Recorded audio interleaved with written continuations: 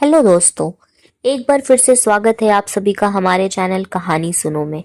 आइए सुनते हैं कहानी जीवन साथी। जीवन साथी। कॉलेज में सुखी वैवाहिक जीवन पर एक कार्यक्रम हो रहा था जिसमें कुछ शादीशुदा जोड़े हिस्सा ले रहे थे। जिस समय प्रोफेसर मंच पर आए उन्होंने नोट किया कि सभी पति पत्नी शादी का जोक कह कर सुनकर हंस रहे थे। यह देखकर प्रोफेसर ने कहा कि चलो पहले एक गेम खेलते हैं, उसके बाद अपने विषय में बात करेंगे। सभी खुश हो गए और कहा कौन सा गेम। प्रोफेसर ने एक विवाहित महिला को खड़ा किया और कहा कि तुम ब्लैक बोर्ड पर ऐसे 25 से लोगों के नाम लिखो जो तुम्हें सबसे अधिक प्यारे हों।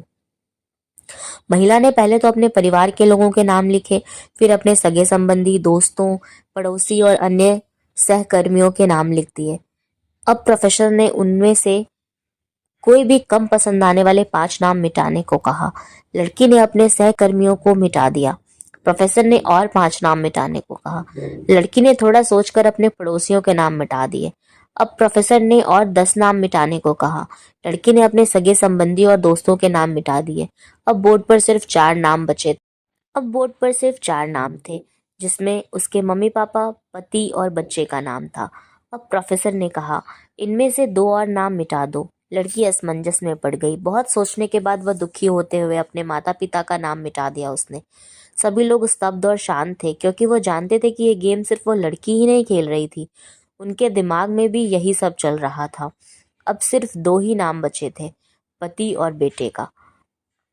प्रोफेसर ने कहा, एक और नाम मिटा दो। लड़की अब सहमी सी रह गई। बहुत सोचने के बाद वह रोते हुए अपने बेटे का नाम काट दिया। प्रोफेसर ने उस लड़की से कहा, तुम अपनी जगह पर जाकर बैठ जाओ।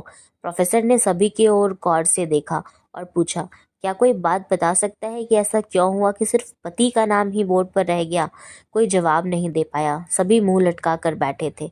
प्रोफेसर ने फिर उस लड़की को खड़ा किया और कहा, ऐसा क्यों, जिससे ने तुम्हें जन्म दिया और पाल पोस कर इतना बड़ा किया, उनका नाम तुमने मिटा दिया, और जिसको तुमने अपनी कोख से जन्म दिया उसका भी नाम मिटा दिया।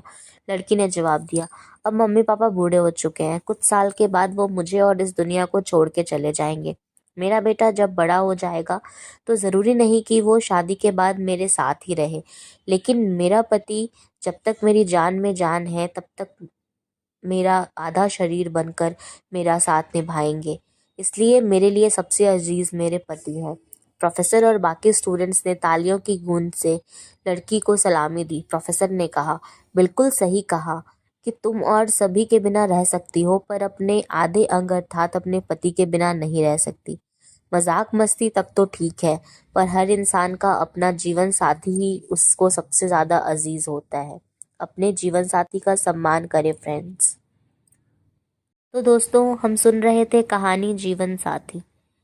आशा करते हैं आपको ये कहानी पसंद आई होगी। कृपया चैनल को सपोर्ट करें। धन्यवाद।